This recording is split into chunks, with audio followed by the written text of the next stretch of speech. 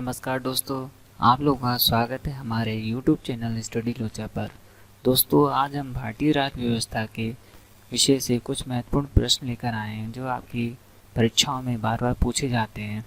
दोस्तों, शुरू करने से पहले आप हमारे फेसबुक, इंस्टाग्राम पर जुड़ना ना भूलें और अगर इस वीडियो की PDF प्राप्त करना चाहते हैं तो हमारे टेलीग्राम चैनल स्टडी लोचा पर जुड़ना ना भूलें।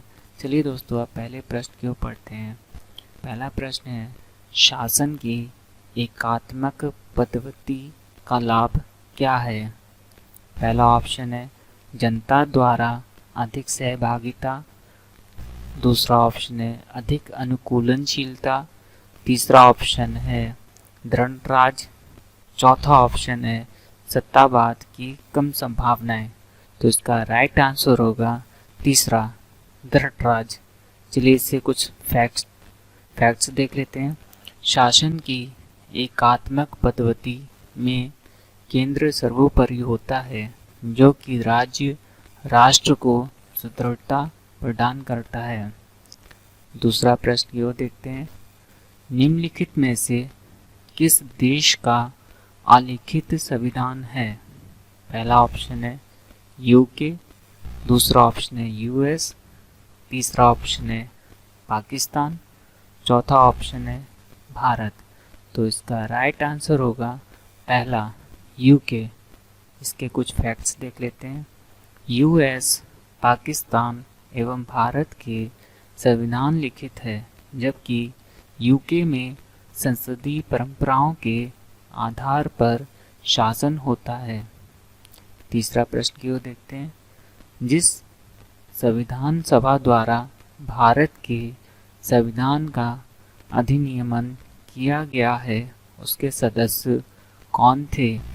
पहला ऑप्शन है गवर्नर जनरल द्वारा नामित, दूसरा ऑप्शन है विभिन्न प्रांतों की विधान सभाओं द्वारा निर्वाचित, तीसरा ऑप्शन है राजनीतिक दलों द्वारा नामित, चौथा ऑप्शन है लोगों द्वारा सीधे निर्वाचित। तो इसका राइट आंसर होगा दूसरा, विभिन्न प्रांतों की विधानसभाओं द्वारा निर्वाचित। इसके कुछ फैक्ट्स देख लेते हैं। कैबिनेट मिशन की संस्तुति पर भारतीय संविधान का निर्माण करने वाली एक संविधान सभा का गठन जुलाई 1949 में किया गया था, जिसके कुल सदस्यों की संख्या 389 थी। चौथा प्रश्न की ओर देखते हैं। भारत की अंतःकालीन संसद में कितने सदस्य थे? पहला ऑप्शन है 296, दूसरा ऑप्शन है 318, तीसरा ऑप्शन है 316, चौथा ऑप्शन है 313। तो इसका राइट आंसर होगा पहला, 296। इसके कुछ फैक्ट्स देख लेते हैं।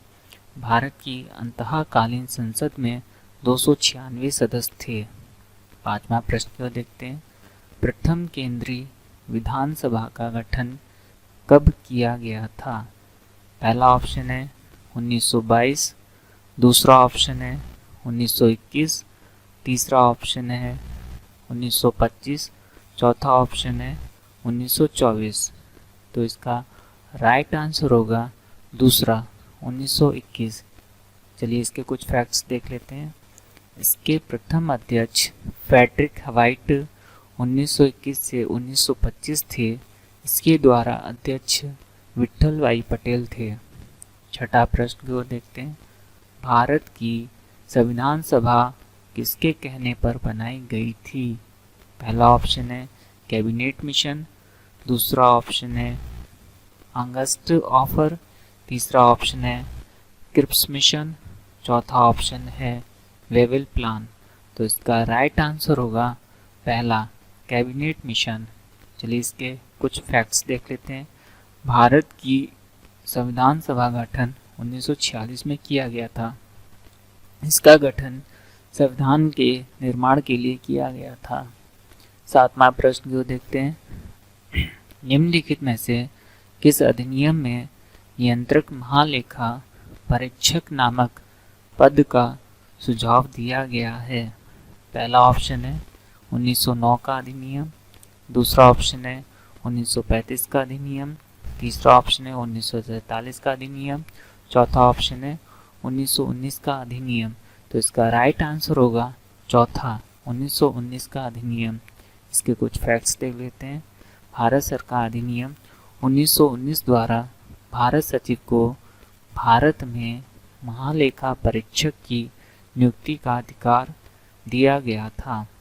8वां प्रश्न ये देखते हैं, भारत की संविधान सभा का अध्यक्ष कौन था? पहला ऑप्शन है डॉक्टर राजेंद्र प्रसाद, दूसरा ऑप्शन है डॉक्टर BR अम्बेडकर, तीसरा ऑप्शन है डॉक्टर BN राव, चौथा ऑप्शन है पंडित जवाहरलाल नेहरू। तो इसका राइट आंसर होगा पहला डॉक्टर राजेंद्र प्रसाद। चलिए इसके कुछ फैक्ट्स देख लेते हैं। 9 दिसंबर 1946 को संविधान सभा द्वारा सच्चिदानंद सिन्हा को अस्थायी सदस्य चुना गया था, जबकि 11 दिसंबर 1946 को डॉक्टर राजेंद्र प्रसाद को स्थायी अध्यक्ष के रूप में निर्वाचित किया गया। हम प्रश्न को देखते हैं, स्वतंत्रवाद किसका द्योतक है? पहला ऑप्शन है स्वतः उदारीकरण का, दूसरा ऑप्शन है प्रवृत्ति तथा वर्ताव का, तीसरा ऑप्शन है सामाजिक, राजनीतिक तथा आर्थिक पहलुओं की स्वतंत्रता, चौथा ऑप्शन है धार्मिक रूढ़िवादिता। तो इसका राइट आंसर होगा तीसरा सामाजिक, राजनीतिक तथा आर्थिक पहलुओं की स्वतंत्रता। चलिए इसके कुछ फैक्ट्स देख लेते हैं।